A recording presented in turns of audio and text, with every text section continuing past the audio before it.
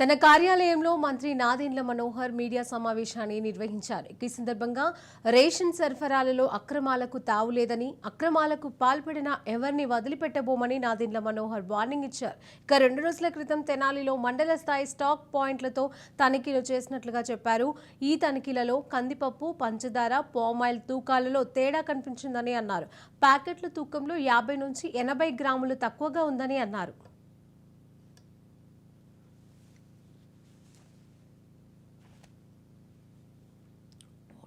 సంబంధించిన stock point ఉంటుందో దాన్ని పరిశీలించినప్పుడు కందిపప్పు, పంచదార మరియు పామ్ ఆయిల్ ప్యాకెట్లలో చాలా స్పష్టంగా 50 నుంచి 80 గ్రాములు తూకంలో తేడా స్పష్టంగా కనపడింది. సో రాష్ట్ర వ్యాప్తంగా సుమారు 253 మండల్ లెవెల్ స్టాక్ పాయింట్లని తనిఖీ చేసి సమగ్రమైన రిపోర్టు ప్రజెంట్ చేయమని ఆ రోజు నేను అధికార యంత్రాంగాన్ని కోరాను.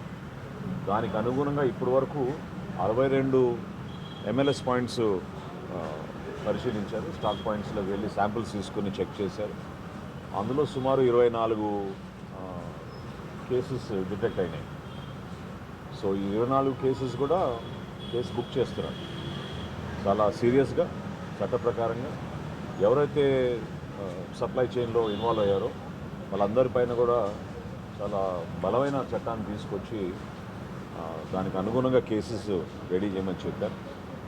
ఎల్లుండి కల్లా ఈ 253 స్టాక్ పాయింట్లో కూడా పూర్తి స్థాయిలో లీగల్ మెట్రాలజీ డిపార్ట్మెంట్, అదేవిధంగా స్థానికంగా ఉన్న జాయింట్ కలెక్టర్లు, తహసీల్దారు వాళ్ళు కూడా వెరిఫికేషన్ చేసి ఒక సమగ్రమైన విచారణ అందించిన తర్వాత తప్పకుండా వీళ్ళపైన చర్యలు తీసుకునే విధంగా స్పందిస్తాం.